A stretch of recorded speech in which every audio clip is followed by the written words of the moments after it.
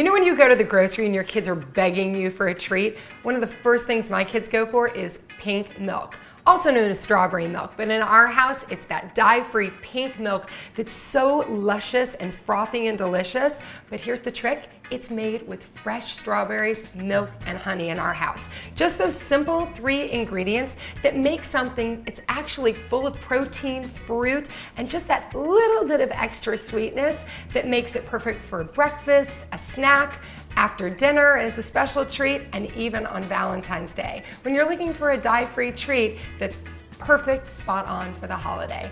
I love this recipe because it only takes me minutes to prepare. Here's a really good trick to this recipe.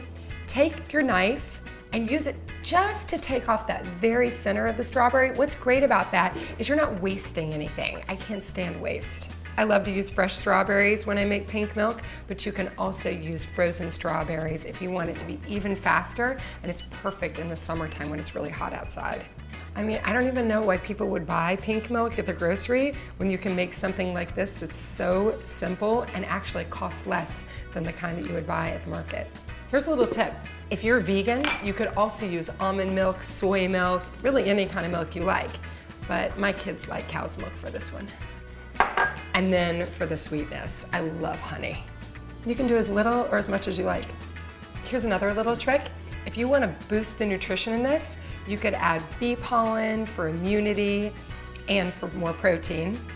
Hemp seeds, you could put chia seeds. You could even put a handful of ice if you want to thicken it up, or even a fresh banana. Okay, now's the fun part when you get to whiz it up. Seriously, this is like every little girl's dream, pink milk. Ooh.